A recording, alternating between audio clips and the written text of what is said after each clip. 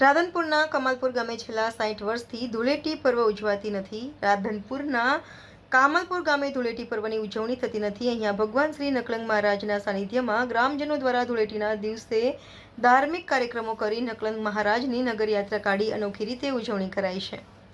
આ ગામમાં ધૂળેટી પર્વ ઉજવાતી નથી, જેને લઈને ભગવાનના ધાર્મિક કાર્યક્રમો જોવા માટે અને એમાં ખાસ નગરયાત્રા જોવા આજુબાજુના ગ્રામ્ય વિસ્તારના લોકો મોટી સંખ્યામાં જોડાયા હતા। કમાલપુર ગામમાં વર્ષોની પરંપરા મુજબ આજે પણ યથાવત છે। કમાલપુર ગામમાં ધૂળેટીના દિવસે કોઈ રંગોત્સવ કે ગુલાલ ઉડાવતું નથી। અહીંયા ધાર્મિક કાર્યક્રમથી ઉજવાય છે ધૂળેટી પર્વ। કમાલપુર ગામે વડવાઓની વર્ષોની પરંપરા સાચવી રાખી આજે પણ આ ગામે કોઈ ધૂળેટી ઉત્સવ ઉજવતું નથી। વર્ષોથી વડીલોની પરંપરા મુજબ આજે પણ કમાલપુર ગામે ધૂળેટી પર્વ ઉજવાતો નથી।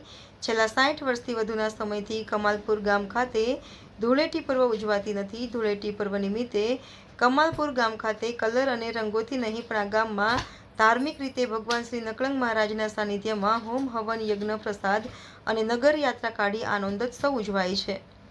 વર્ષો જૂની પરંપરા મુજબ ભગવાનને શણગાર સજી નગરયાત્રા કાઢવામાં આવે છે, જેમાં મોટી સંખ્યામાં ગ્રામજનો જોડાય છે તથા આજુબાજુના લોકો પણ આ નગરયાત્રા જોવા દૂર દૂરથી આવે છે।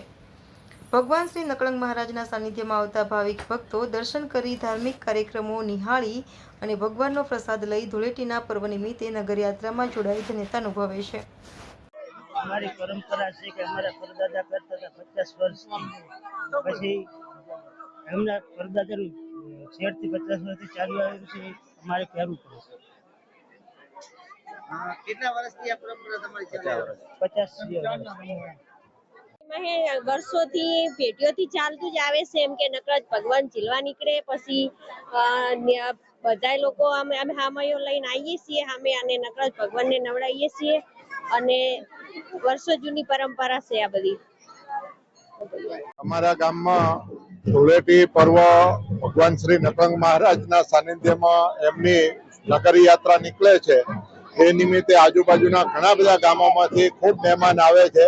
તો વર્ષોથી પરંપરા મુજબ અમારા ગામમાં આ દિવસે કોઈ ધૂળેટીનો રંગ ઉડાડતું નથી, કારણ કે બહારથી આવેલા મહેમાનોના કપડાં ખરાબ થાય અને કોઈને અડચણ થાય એવું ન થાય એના માટે ગામે વર્ષોથી અમારા વડીલોની પરંપરાથી, મને પણ 60 વર્ષ થઈ ગયા એનાથી પહેલાથી પણ આ પરંપરા મુજબ અમારા ગામમાં ધૂળેટીના દિવસે કોઈ રંગ ઉડાડતું નથી, જેથી કરી અને ભગવાનનો તહેવાર અમે આનંદ ઉત્સવથી ઉજવી શકીએ અને એ આ નિમિત્તે અમે બધા ભગવાનની પાલખીમાં જોડાઈ અને બધા શોભાયમાન થઈ શકીએ છીએ।